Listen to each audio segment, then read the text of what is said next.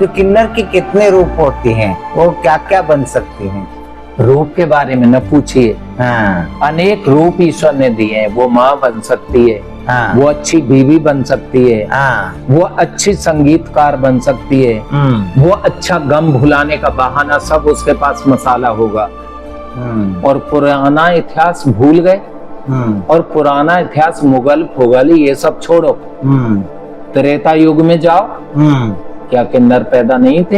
हाँ। सृष्टि में 3 चीजें पैदा हुए हैं, वो पशुओं में पाई जाती हैं, मनुष्यों में पाई जाती हैं, वो फूल और पत्ती में पाई जाती हैं। तीसरी के बिना ये प्रकृति नहीं है। हाँ। जब प्रकृति तीसरी के बिना नहीं है तो तुम कैसे प्रकृति की, ईश्वर की दी हुई एक इस चीज को, इसको क्यों ठुकराते हो? मैं समाज से सवाल करती हूँ, मैं समाज से सवाल करती हूँ। किन्नर कम्युनिटी में इन सब चीजों को जानने वाली बहुत कम किन्नर रह गई हैं। गद्दीपति, क्या डेरे वालियां, जो डेरेदार हैं, गद्दियों की मालिक हैं, पहली जो हमारे टाइम की हैं, उन्हीं किसी को पता है। आजकल की जनरेशन को तो कुछ पता ही नहीं। वो क्या बोलेंगी, वो क्या समझेंगी?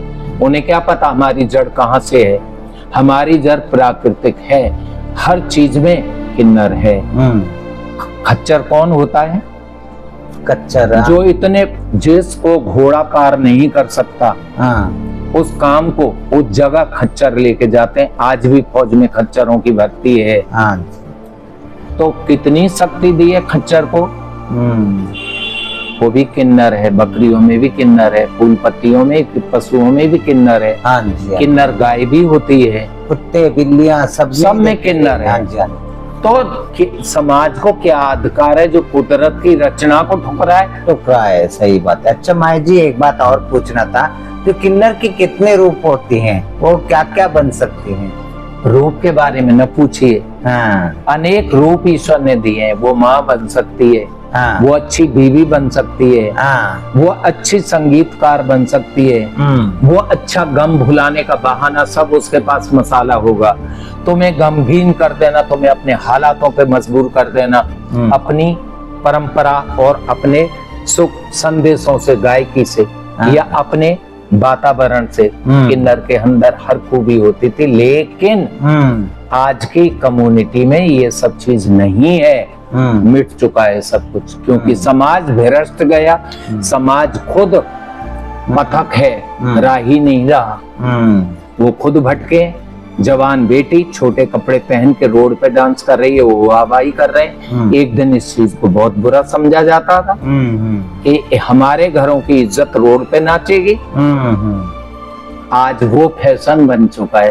तो लानत तो फैशन पर, उन माँ बापों पे जो इन लड़कियों को बर्दाश्त करते हैं। हमारे जमाने में उसकी कद्र होती थी जो परंपराओं से बंधी है, मान मर्यादाओं से बंधी है, किन्नर हो या औरत हो, नहीं मतलब या पुरुष हो। अगर कुछ लड़की अगर स्टेज में नाचती है, उसका बैकग्राउंड में कोई ना कोई प्रॉब्लम होगा, कोई ना कोई घर का, जैसे उसी की पैसे से घर में माँ बाप का भी दवाई भी चल सकता है। हमारे आने वाली नस्ल गर्क क्यों हो रही है? क्योंकि हमने अपनी परंपराओं को भुला दिया और हम दूसरे की नकल लग गए। कौआ चला हंस की चाल, तो ना वो हंस रहा ना कौआ। वो हम हैं हिंदुस्तानी। अब आज की जनरेशन रहा सवाल डांसर होने का या गायकी करने का।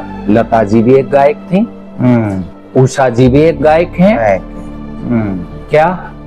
और आशा जी भी एक गायक हैं, क्या? और बहुत बड़ी बड़ी गायक हैं। और नृत्य तो कथक, कुचिपुड़ी, भरतनाट्यम सब भी तो। और एक सरोज खान डांसर, जिन्होंने पूरी फिल्म इंडस्ट्री को अपना नृत्य बांटा। मजबूर होके वो हिंदू से मुसलमान हुई और इस कला में पारंपरिक होके आज फिल्मी दुनिया को आबाद किया। तो ये कला बदनाम की गई। ना कि सभी जिस्म फरोश होती हैं डांसर, ना कि सभी लड़कियां उस आवारा होती हैं। इसको इस जनरेशन ने, आने वाली ने बदनाम किया। किसी की मजबूरी है।